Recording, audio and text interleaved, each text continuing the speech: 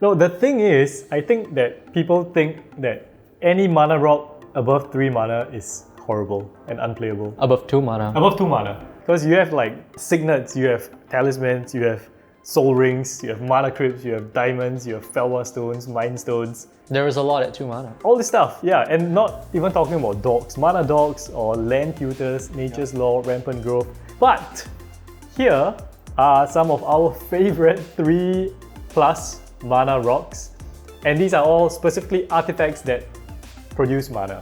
First one is Crystalline Crawler. This is a personal favorite of mine in my Atraxa deck, and I think it's great because it fixes your colors.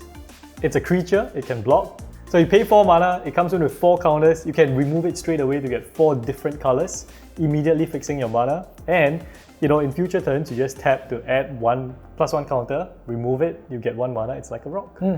Essentially a rock. Yeah, so good. Pretty good. Okay, I like Basalt Monolith.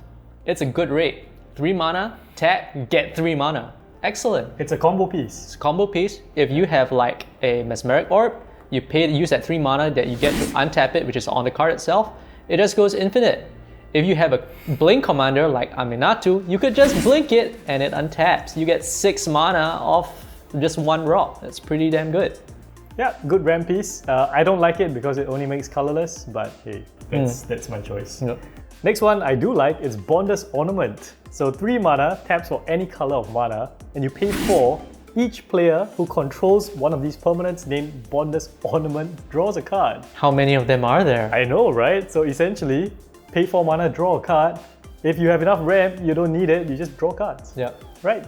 I think it's a good flood protection. I like it. Next one is another one of my favorites, Chromatic Lantern.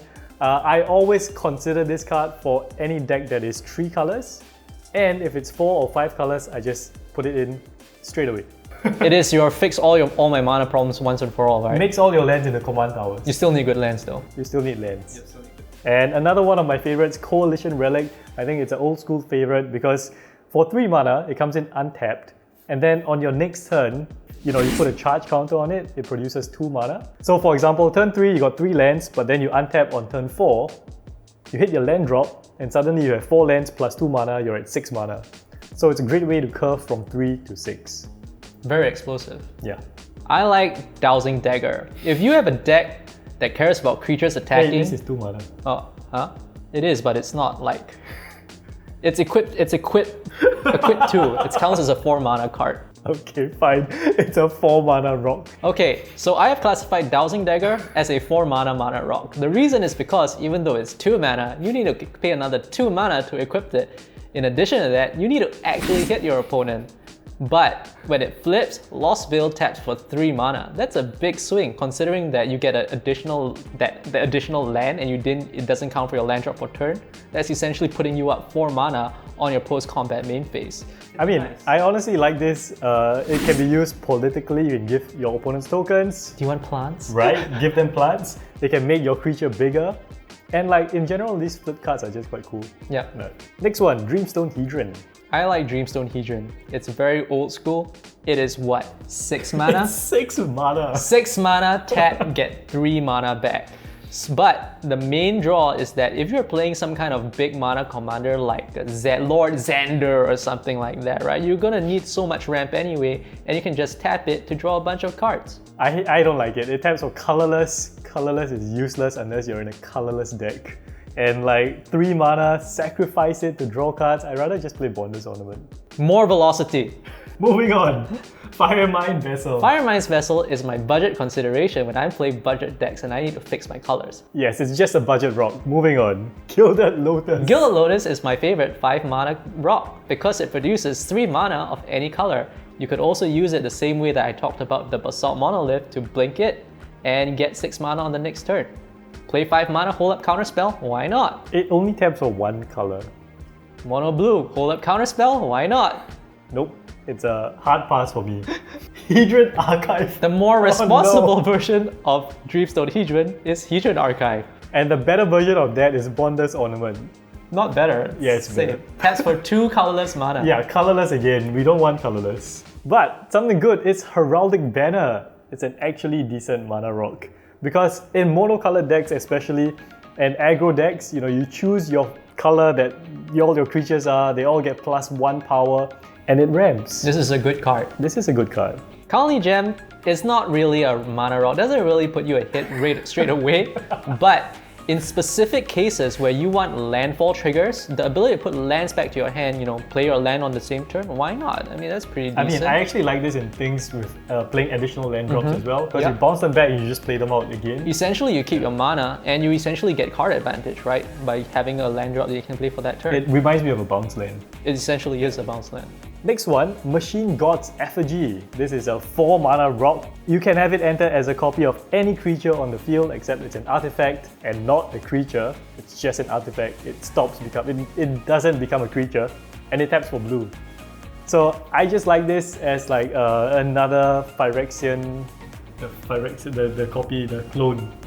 Which Metamorph? Yes, the Phyrexian Metamorph. It's just another one of those effects. I mean, copying like some opponent's Grand Arbiter, for example, you get the static ability. That's mean. And you get ramp. It's good though. It's good. It's great. Next one is another one of my picks, the Sceptre of Eternal Glory. So 4 mana, comes in untapped, taps for 1 mana of any color, or 3 mana of any one color, very similar to Gilded Lotus, but only if you control 3 or more lands with the same name, which of course, basics. So I think 2 color decks, even 3 color decks, if you need to ramp hard, this is a good consideration. That's fair. Yeah. Next one, also one of my includes, Staff of Completion. This just does a lot of things. It's a staff. Yeah, among which, tap, pay 2 life to add any 1 mana of any color. It's still a rock, it draws cards. The flexibility, I think, is what sells this. Yeah. Next one is a 4 mana rock that taps for 2 colorless. But I like this one because it's Graveyard Hate. So 2 mana, you stack it, exile any number of target players' graveyards, so you don't have to exile your own if you don't want to. And you draw a card, so it replaces itself. Does it tap to do that? Yeah. That kind of stifles you though. I don't like it. you want to use your mana, right, to cast things. You don't want to be casting your mana rock and holding it up to... It's threat of activation. I guess. Like, you hold up a Gilded Lotus, your threat of activation, I'm not as scared. I think you should be more scared of the Gilded Lotus. Okay, fine. Moving on. Strixhaven Stadium. Good card. Win con on a card. And it's like a mini game for you. You just keep attacking, get point counters, don't let people attack you. Kidditch. Make them lose the game. Kidditch. Yep. Ooh, and one of my favorite new mana rocks, Vexing Puzzlebox. So 3 mana rock, comes in untapped. Whenever you roll 1 or more dice, put that many charge counters on the puzzle box, and then you tap, add 1 mana, roll a d20, so it has the built-in roll a dice, and then the last ability, remove 100 charge counters, it becomes a tutor, you search your library for an artifact card onto the field. It's like a mini game again. You're just playing this game by yourself. If you like variance, this is your rock.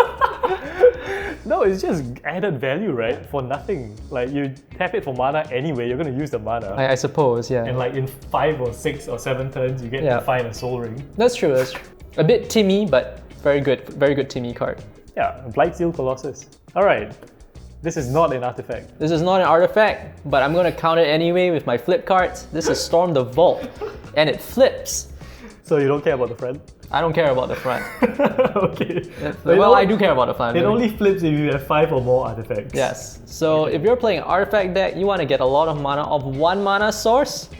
Vault of Catlacan. Right? I'm probably butchering that. It's also not an artifact. It's also not an artifact. It is a land.